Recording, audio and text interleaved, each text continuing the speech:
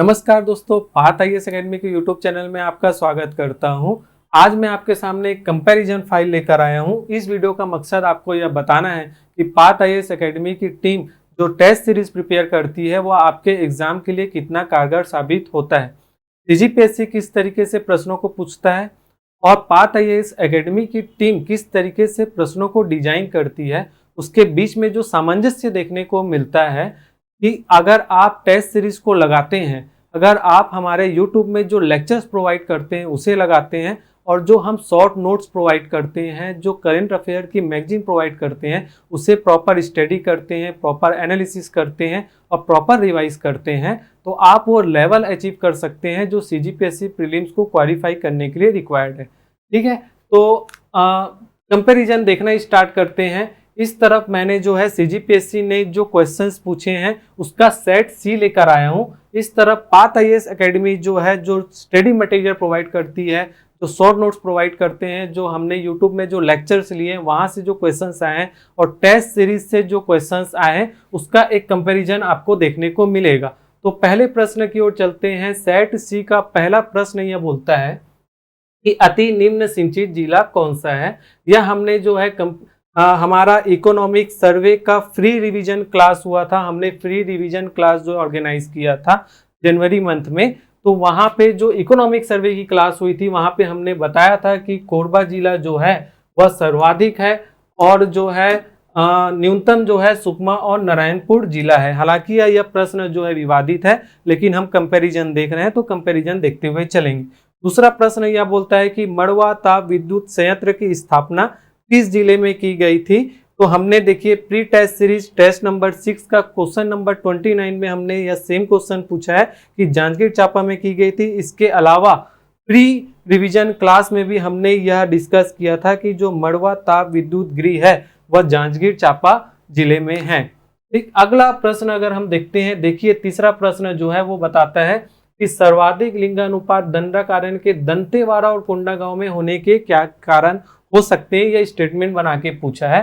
तो हमने जनगणना 2011 के संदर्भ में जो है यह बताया है कि सर्वाधिक लिंगानुपात वाला जिला जो है दंतेवाड़ा है। इसके अलावा एक्सप्लेनेशन में हमने जो है इससे रिलेवेंट बहुत सारी एडिशनल इंफॉर्मेशन जो है हमने प्रोवाइड की है।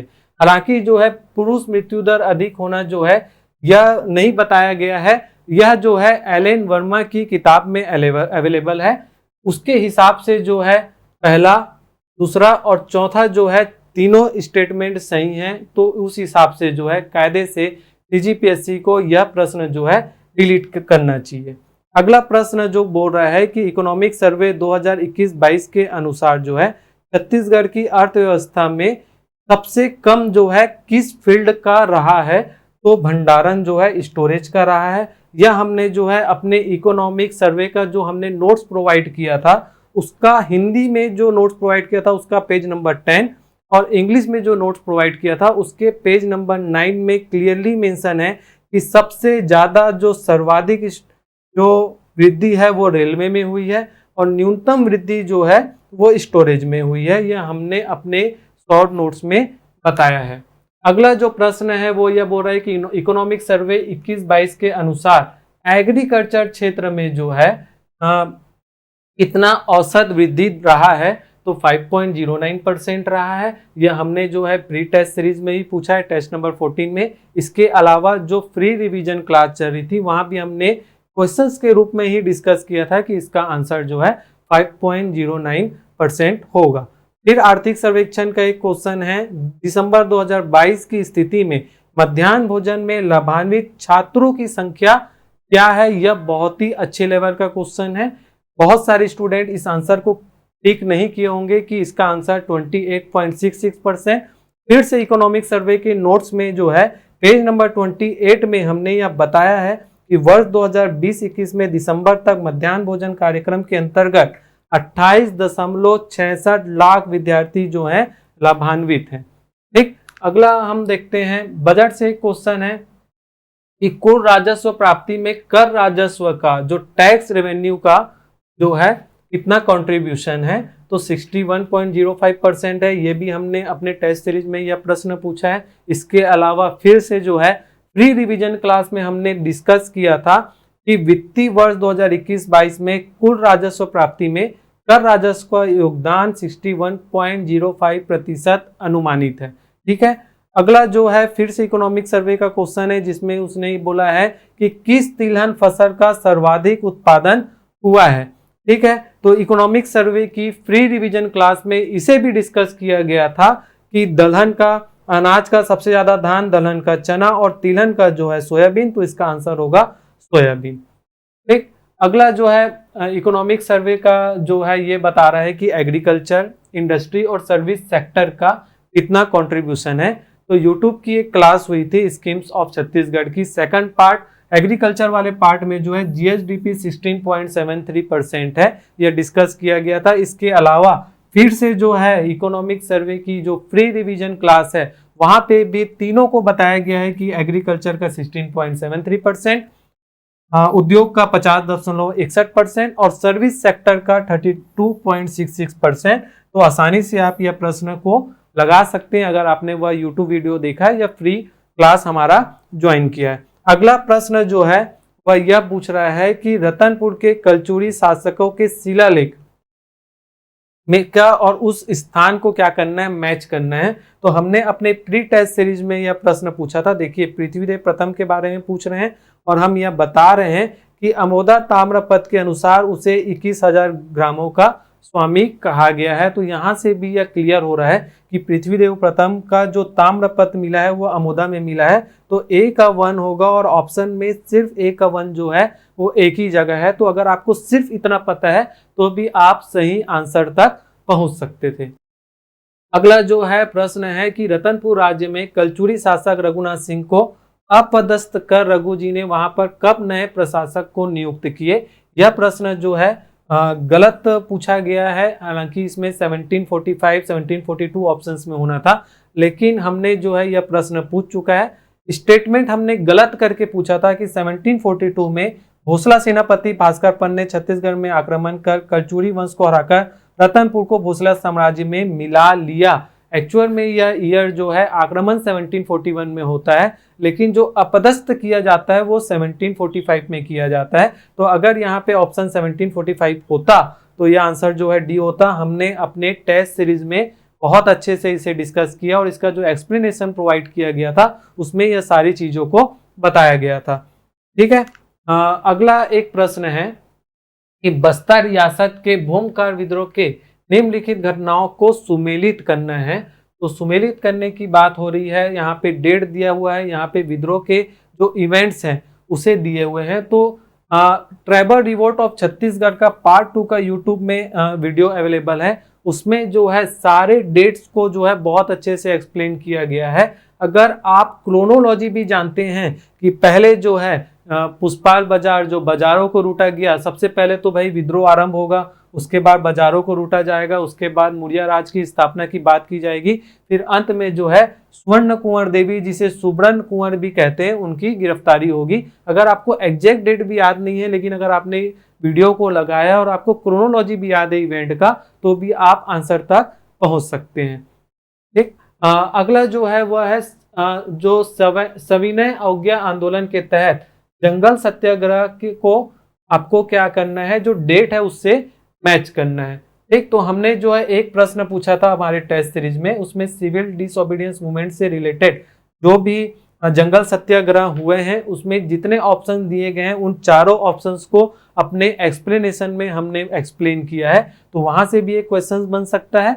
इसके अलावा जो है हम एक शॉर्ट नोट्स प्रोवाइड करते हैं जिसमें हमने छत्तीसगढ़ हिस्ट्री के टाइमलाइन जो है जो इंपॉर्टेंट डेट्स हैं उस शॉर्ट नोट्स में लगाए गए हैं कि छत्तीसगढ़ हिस्ट्री में जहां से भी डेट से क्वेश्चंस बन सकते हैं वो इस शॉर्ट नोट्स में अवेलेबल हैं। तो देखिए 9 सितंबर 1930 तमोरा जंगल सत्याग्रह जो है यहाँ पे जो है आपका मैच कर रहा है। तो अगर आपने इस शॉर्ट नोट्स को स्टडी किया है या टेस्ट सीरीज लगाया है तो यह प्रश्न आसानी से सॉल्व हो जाते।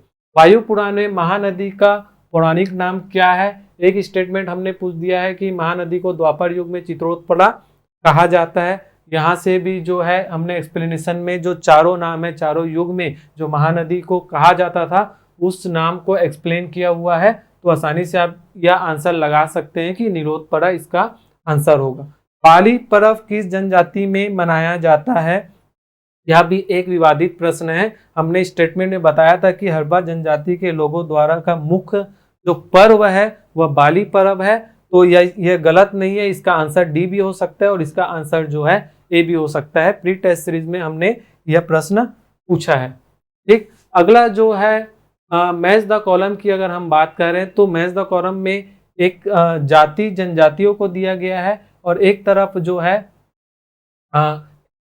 जो है गीत को दिया गया है और एक तरफ उसके बारे में बताया गया है कि वो किस अवसर पर गाया जाता है। तो देवार गीत की अगर हम बात करें तो हमने प्री टेस्ट सीरीज में एक प्रश्न पूछा है जिसके स्टेटमेंट में हम बता रहे हैं कि बीरम गीत खाना बदोश देवार जाति की स्त्रियों द्वारा गाया जाने वाला गीत है। खाना बदोश यानी घुमक्कर, तो मांग कर गाया जाने वाला गीत है। इस तरीके से आप पहुंच सकते हैं। इसके अलावा जो है हमने जो है ददरिया गीत को भी बहुत अच्छे से एक्सप्लेन किया है कि इसे श्रम गीत भी कहा जाता है और प्रणय गीत भी कहा जाता है। इसके अलावा एक प्रश्न और पूछा हमने कि रानी पिंगला की वियोग गाथा पर आधारित जो लोकगीत है वह भरतरी है। तो अगर आपने टेस्ट सीरीज लगाया है तो इस तरीके से जो है आप आसानी से जो है इस प्रश्न को सॉल्व कर सकते थे। अगला जो है एक क्वेश्चन है कि छत्तीसगढ़ ओलंपिक 2022 के आयोजन के संदर्भ में आपको क्या करना है, सुमिलित करना है। तो हमारी यूट्यूब की जो है वीकली जो लाइव क्लास होती है जो कि मंडे को होता है 11 बजे, उस क्लास में जो है बताया गया है कि छत्तीसगढ़ ओलंपिक की जो समय सारणी जो टाइम टेबल है वो इस तरीके से है। तो अगर आपको एग्जैक्ट डेट भी अगर आपको याद नहीं है, लेकिन अगर आप ये लेवल जानते हैं कि प्रारंभिक लेवल जो है वह आपका राजीव युवा मितान क्लब होगा, उसके बाद जोन होगा, फिर ब्लॉक स्तर पे होगा, फिर जिला स्तर पे होगा, फिर डिवीजन स्तर पे होगा, उसके बाद स्टेट लेवल पे होगा। अगर आपको यह भी पता है तो जो पहले होगा उस डेट को मैच करते हुए आप इस प्रश्न को आसानी से सॉल्व कर सकते थे। हमारा जो है सीजीपीएससी का न्यू बैच स्टार्ट होने वाला है, वह होने वाला है 20 फरवरी 2023 को। टाइमिंग है मॉर्निंग बैच का 7 AM to 10 AM। Evening batch का टाइम रखा गया है 5 PM to 8 PM। Online offline दोनों मोड पे अवेलेबल है। अगर आपको इससे रिगार्डिंग जो भी इंफॉर्मेशन चाहिए इस नंबर पे कॉल करके 7828112222 पे कॉल करके इससे रिगार्डिंग इंफॉर्मेशन आप ले सकते हैं। तो कंटिन्यू करते हैं। अगला छत्तीसगढ़ ओलंपिक से ही एक प्रश्न और पूछा गया है सीजीपीएससी द्वारा, जिसमें यह बताया गया है कि 14 खेल जो है स्पर्धाएं हैं। गिल्ली डंडा की जो लंबाई है 10.5 सेंटीमीटर है। गिल्ली डंडा खेल में 2 निर्णायक होते हैं जिन्हें सुसरिया कहा जाता है और बिल्लस भी इसमें शामिल है। ठीक, इसमें हमने एक प्रश्न पूछा था जिसके एक्सप्लेनेशन में हमने सारी चीजें जो है मेंशन की है। सिर्फ टेस्ट सीरीज नहीं पूछा था, बल्कि जो है यूट्यूब की जो लाइव क्लास होती है उसमें छत्तीसगढ़ ओलंपिक से रिलेटेड सारे फैक्ट्स हमने बताए थे। मंथली करंट अफेयर में भी हमने बताया था। इसके अलावा एनुअल करंट अफेयर भी हमने प्रोवाइड किया था, जिसमें छत्तीसगढ़ ओलंपिक से रिलेवेंट जितने फैक्ट्स बन सकते थे हमने दिए थे। एक फैक्ट्स को छोड़कर जो गिल्ली की लंबाई 10.5 सेंटीमीटर है, लेकिन इस स्टेटमेंट का जो है क्वेश्चंस में कोई प्रभाव नहीं पड़ता है। इसको लेकर बहुत हल्ला हो रहा है कि जो है गिल्ली की लंबाई पूछ दिया गया, लेकिन जो है इससे कोई फर्क नहीं पड़ता क्योंकि ऑप्शन 2 जो है वो हर जगह जो है अवेलेबल है, ये आप देख सकते हैं। ठीक है, तो सीजीपीएससी ने जो है यह पूछा नहीं है, यह बताया है कि जो है गिल्ली की लंबाई जो है वो कितनी है, 10.5 सेंटीमीटर है। अगला प्रश्न जो है वह यह पूछ रहा है कि राष्ट्रीय आदिवासी नृत्य महोत्सव 2022 में शामिल में क्या क्या कथन सही है। पहला कथन बोल रहा है कि 10 देशों ने के कलाकारों ने भाग लिया था। जितने कलाकारों ने भाग लिया था वह टोटल 10 देशों से आए थे और देशों का नाम दिया हुआ है। ठीक, अब आप देखिए जो यूट्यूब लाइव जो क्लास चलती है 16 से 31 अक्टूबर का जो करंट अफेयर कवर किया गया था यूट्यूब लाइव में, उसमें यह बताया गया है कि टोटल 10 देश हैं और एक एक देश का जो है नाम दिया गया है। तो अगर आप एक रीड भी अगर मारते हैं तो आपको जो है यहाँ पे पता चल जाएगा कि ये स्टेटमेंट जो है सही है। अगला जो है छत्तीसगढ़ राज्य उत्सव जो है राज्य अलंकार पुरस्कार से क्वेश्चंस पूछा, स्टेट डेकोरेशन अवार्ड से। ठीक है, तो हमने यह प्रश्न पूछा था, इसमें ये चारों ऑप्शंस को हमने एक्सप्लेन किया था कि जो है इन चारों को किन किन अवार्ड से दिया गया है, तो मैच द कॉलम में आप ये क्वेश्चन बना सकते थे। इसके अलावा जो है हमारी करंट अफेयर की मैगजीन आती है, नवंबर 2022 की जो मैगजीन है उसके पेज नंबर 45-46 में इस अवार्ड की पूरी लिस्ट दी गई है, जहां पे आसानी से जो है यह प्रश्न बन जाते। अगला जो है बजट 2022 के अनुसार वर्ष 2021-22 में जीएसडीपी का जो कंपोनेंट है, जो प्रचलित भाव में जो है जो मैच करना है कि क्या प्रचलित भाव में क्या उसका कंट्रीब्यूशन है। तो आप जो है हमने यह प्रश्न पूछा है जिसमें हमने बताया कि 16.73, 32.66 और उद्योग का 50.61, यह जो है स्थिर भाव में हमने पूछा। सीजीपीएससी ने जो है वह प्रचलित भाव में यह प्रश्न को पूछा है, लेकिन जो है अगर आप थोड़ा सा कॉमन सेंस लगाएंगे कि उद्योग का सबसे ज्यादा जो है कंट्रीब्यूशन है 50.61%, तो उद्योग का सबसे ज्यादा होगा, यानी उद्योग का होगा 40%, कृषि का होगा 20% और सर्विस सेक्टर का होगा 33%। अगर आप इतना भी अगर कॉमन सेंस लगाते हुए अगर आप आगे बढ़ते हैं तो यह प्रश्न भी सॉल्व हो जाते। ठीक, अगला जो है तो अगला बहुत बढ़िया प्रश्न है कि छत्तीसगढ़ के संस्थाओं को, आयोग को जो है उनके ईयर के साथ क्या करना है, सुमेलित करना है, मैच करना है। हमने जो है प्री टेस्ट सीरीज में एक क्वेश्चन पूछा था कि आदिम जाति अनुसंधान एवं प्रशिक्षण संस्थान का जो है गठन कब किया गया था, तो 5 सितंबर 2004 को किया गया था। अगर आपको ईयर भी याद आ रहा है तो आप मैच करते हुए इस प्रश्न को सॉल्व कर सकते हैं। अगला जो है 43 में हम पहुंच गए सेट सी के, उसमें यह बता रहा है कि कौन सी ताहुरदारी कैप्टन सैंडिस ने निर्मित की थी। हमने प्री टेस्ट सीरीज में यह क्वेश्चन पूछा था और बार बार इस पे फोर्स किया गया था कि ताहुरदारी से जो है यह क्वेश्चन आ सकता है। तो लोनवी और तरंगा दो ताहुरदारी थी, हालांकि यह प्रश्न भी जो है सीजीपीएससी जो है डिलीट करेगा क्योंकि ऑप्शंस में जो है लोनवी और तरंगा दोनों अवेलेबल नहीं है।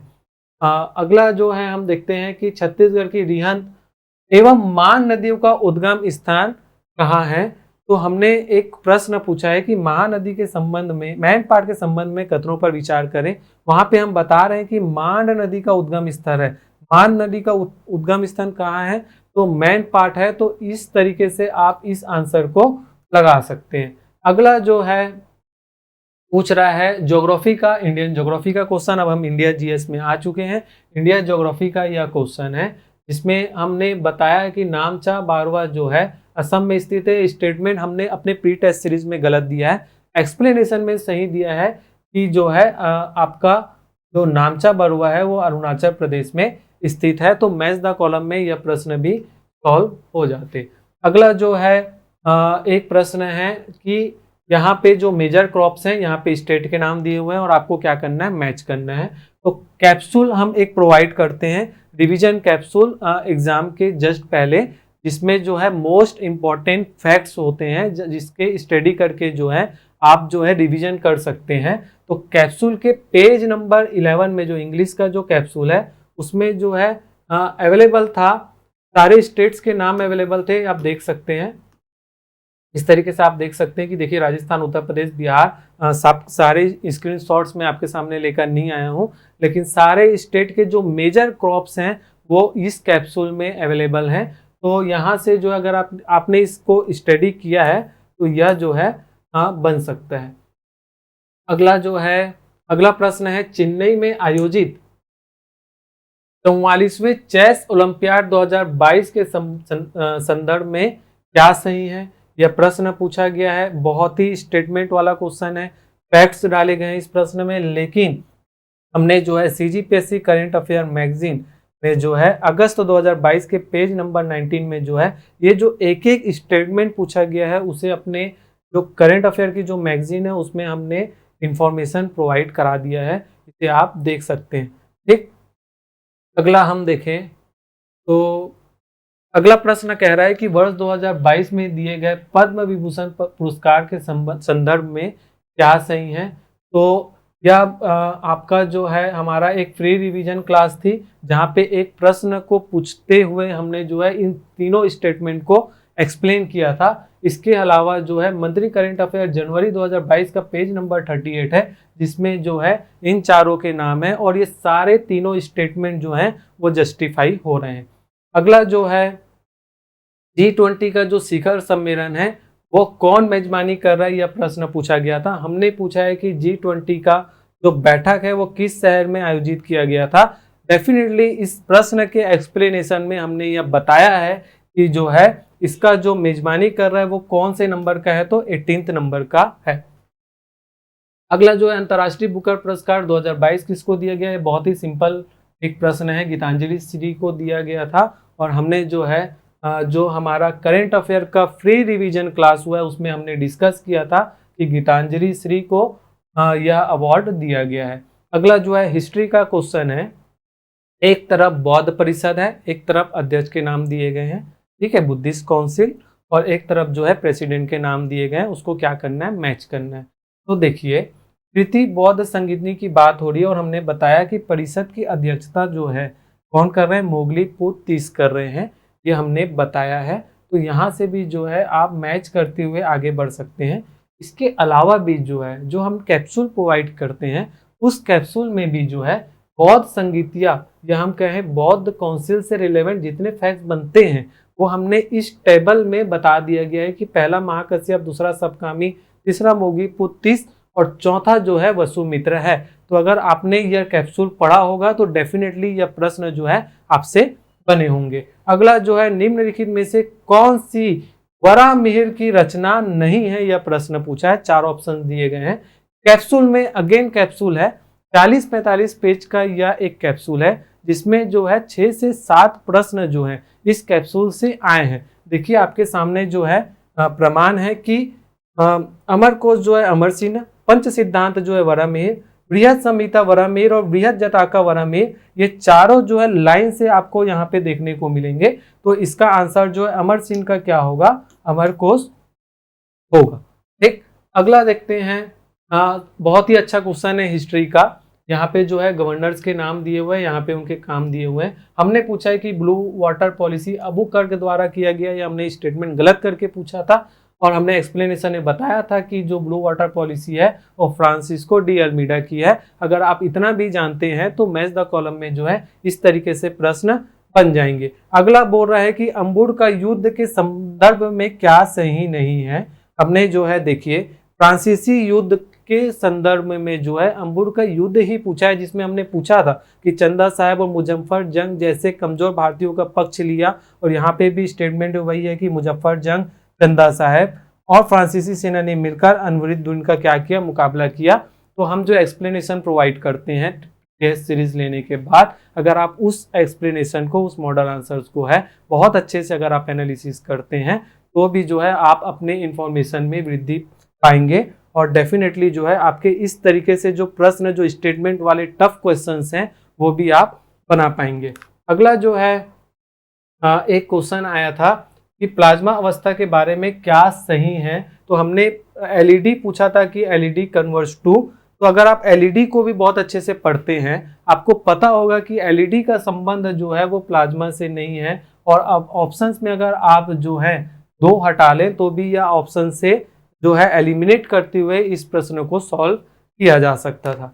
अगला प्रश्न की अगर हम चलें, साइंस का क्वेश्चन है कि देखिए ऑडिबल रेंज की बात हो रही है ह्यूमन की 20 हर्ट्ज टू 10 किलो हर्ट्ज, क्या सही नहीं है पूछा है सीजीपीएससी ने। ठीक है, हमने टेस्ट सीरीज में पूछा है 20 हर्ट्ज टू 20,000 हर्ट्ज, ये स्टेटमेंट हमने सही करके पूछ दिया। अगर आपने टेस्ट सीरीज लगाया और आपको ये याद है कि 20 हर्ट्ज से जो है 20,000 हर्ट्ज जो है वो क्या है, इसका क्या है, 20,000 हर्ट्ज जो है वो ह्यूमन की हियरिंग रेंज है। अगर आपको यह पता है तो आप यह स्टेटमेंट गलत कर सकते हैं। दूसरा बता रहा है कि अल्ट्रासाउंड वेव की जो रेंज है वो 10 किलो हर्ट्ज से ऊपर है। तो यहाँ पे भी आप बता सकते हैं कि 20,000 हर्ट्ज से ऊपर है, क्योंकि हियरिंग रेंज ही 20 हर्ट्ज से 20,000 हर्ट्ज है। तो यहाँ पे जो अल्ट्रासाउंड वेव जो आएगा वो 20,000 हर्ट्ज आएगा, यानी कि 20 किलो हर्ट्ज आएगा। तो इस तरीके से जो है ये स्टेटमेंट वाले प्रश्न भी क्या हो सकते थे, सॉल्व हो सकते थे। अगला अगर हम बात करें तो हिस्ट्री का एक क्वेश्चन है, ये दोनों जो रिलेवेंट है वो आपके पूना पैक्ट से जो राउंड टेबल कॉन्फ्रेंस हुए थे दो, उससे रिलेवेंट है, जिसके बाद जो है गांधी जी जो है यरवदा जेल चले जाते हैं। तो हमने और वहां से जो है ये वह कहते हैं कि वहां से निकलने के बाद जो है हरिजन और दलित वर्ग के उत्थान के लिए वो क्या करेंगे, काम करेंगे। तो इस रिलेवेंस के साथ जो है यह प्रश्न, अगर आपने यह प्रश्न पढ़ा और एक्सप्लेनेशन को बहुत अच्छे से स्टडी किया है तो यह प्रश्न भी क्या हो जाते, सॉल्व हो जाते। अगला जो है अगस्त 1932 में जो है British prime minister announce the scheme for representation of depressed class unto the death. ये हमने पढ़ लिया, यरवदा जेल इसका आंसर होगा। अगला हम देखते हैं कि अधिक ऊंचाई पर उड़ने वाली यात्रियों को आकाश काला रंग प्रतीत होता है। हमने पढ़ा है कि एक in the absence of atmosphere there would be no scattering, the light and sky would look black. देखिए जो स्कैटरिंग वहां पे होगा जहां पे एटमॉस्फेयर होगा, वाटर वेपर अवेलेबल होंगे, जहां पे डस्ट पार्टिकल अवेलेबल होगा तभी तो स्कैटरिंग होगा, और जब स्कैटरिंग होगा तो वहां पे नीला दिखाई देगा। लेकिन यहाँ पे हम बता रहे हैं कि एटमॉस्फेयर के एब्सेंस में क्या होगा, स्कैटरिंग होगा नहीं, तो क्या दिखाई देगा, ब्लैक दिखाई देगा। यहाँ पे क्या कह रहा है, यहाँ पे हम कह रहे हैं कि डार्क दिखाई देगा, यहाँ पे स्टेटमेंट में पूछ दिया कि क्या दिखाई देगा, काला दिखाई देगा।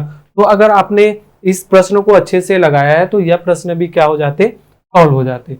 अगला जो है पॉलिटी का क्वेश्चन आया है कि संविधान सभा की पहली बैठक 9 दिसंबर 1946 की हुई। इसके प्रथम जो स्थायी अध्यक्ष थे वो सच्चिदानंद सिन्हा थे। हमने बताया कि डॉक्टर राजेंद्र प्रसाद थे, और डेट हमने गलत करके पूछा था, एक्सप्लेनेशन में यह प्रश्न क्लियर हो जाता। पॉलिटी का बहुत ज्यादा टफ क्वेश्चन नहीं था तो ये भी बनते। ठीक, अगला प्रश्न पूछ रहा है कि सन 1989 में मतदान करने का अधिकार न्यूनतम आयु 21 वर्ष से घटाकर 18 वर्ष किस संविधान संशोधन यानी किस कॉन्स्टिट्यूशनल अमेंडमेंट के तहत की गई थी। तो हम कैप्सूल जो प्रोवाइड करते हैं उसमें भी इंपॉर्टेंट अमेंडमेंट की लिस्ट जारी की गई थी। उस लिस्ट में भी जो है 61 अमेंडमेंट जो है, देखिए पेज नंबर 7 में आप जाकर देख सकते हैं। हमने यहाँ बताया है कि 61 अमेंडमेंट में जो है reduce age for voting rights from 21 to 18 years. ठीक, अगला हमारा लास्ट क्वेश्चन है, वो यह बताता है कि संविधान के 73वें और 74वें संविधान में जो है त्रिस्तरीय सरकार का प्रावधान किया गया था, और यह ऑस्ट्रेलिया से लिया गया था, और इस पंचायत को संवैधानिक मान्यता प्रदान करने से संबंधित है, यह प्रश्न पूछा है। तो हम जो है 73वें संविधान संशोधन में हम बता रहे हैं कि 3 लेवल जो है पंचायती राज व्यवस्था करने की बात की गई थी। तो यहाँ से भी जो है यह प्रश्न जो है आप सही करने के लगभग पास आप पहुंच सकते हैं। फिर से एक बार डिस्कस कर लेते हैं कि हमारा CGPSC का न्यू बैच स्टार्ट हो रहा है जो कि 20 फरवरी 2023 को स्टार्ट हो रहा है। मॉर्निंग बैच का time 7 AM to 10 AM, evening batch का टाइम है 5 PM to 8 PM। Online offline दोनों मोड पे अवेलेबल है। नंबर एक बार आप देख लीजिए 7828112222। एक नंबर और आप देख सकते हैं 8224922922। हमारा CGPSC का मेंस टेस्ट सीरीज स्टार्ट हो रहा है इस साल का, वो स्टार्ट हो रहा है 18 फरवरी 2023 से 25 अप्रैल 2023 तक यह चलेगा। ऑनलाइन ऑफलाइन दोनों मोड पे अवेलेबल है। टोटल 3 राउंड होंगे, इसमें 28 टेस्ट होंगे। पहले राउंड में हम जो है सब्जेक्ट वाइज जो है आपके टेस्ट लेंगे। राउंड 2 राउंड 3 में जो है CGPSC जो है जिस तरीके से जिस पैटर्न से जो क्वेश्चंस पूछता है एग्जैक्टली हम उस तरीके से टेस्ट लेंगे। तो पेपर 1 to 7 एक एक पेपर जो है राउंड 2 में भी होगा, और पेपर 1 to 7 जो है एक एक पेपर राउंड 3 में होगा। टोटल 3 राउंड होंगे। ठीक है, इससे रिगार्डिंग आपको जो इंफॉर्मेशन आपको चाहिए तो आप कॉल कर सकते हैं इस नंबर पे 01149512922, और एक नंबर है 8448812922। UPSC का भी टेस्ट सीरीज हमारा स्टार्ट होने वाला है 10 जून 2023 से। कब तक होगा? 30 अगस्त 2023 तक। ये भी ऑनलाइन ऑफलाइन दोनों मोड पे अवेलेबल है। यहाँ पे टोटल 5 राउंड होंगे और टेस्ट टोटल होंगे 35 टेस्ट होंगे। इसमें जो है पहला राउंड जो है आपका फ्री होगा, टोटल 5 राउंड होगा। इस तरीके से आप देख सकते हैं पूरा सारे जो टॉपिक्स हैं, सारे जो सब्जेक्ट्स हैं वो कवर होंगे। इसमें आप कॉल कर सकते हैं इस नंबर पे 01149512922। और 8448-812-922 पे आप कॉल कर सकते हैं, या दिल्ली का नंबर है, रायपुर में अगर आपको कॉल करना है तो 8224-922-922 में आप कॉल कर सकते हैं। तो थैंक यू सो मच। जय हिंद।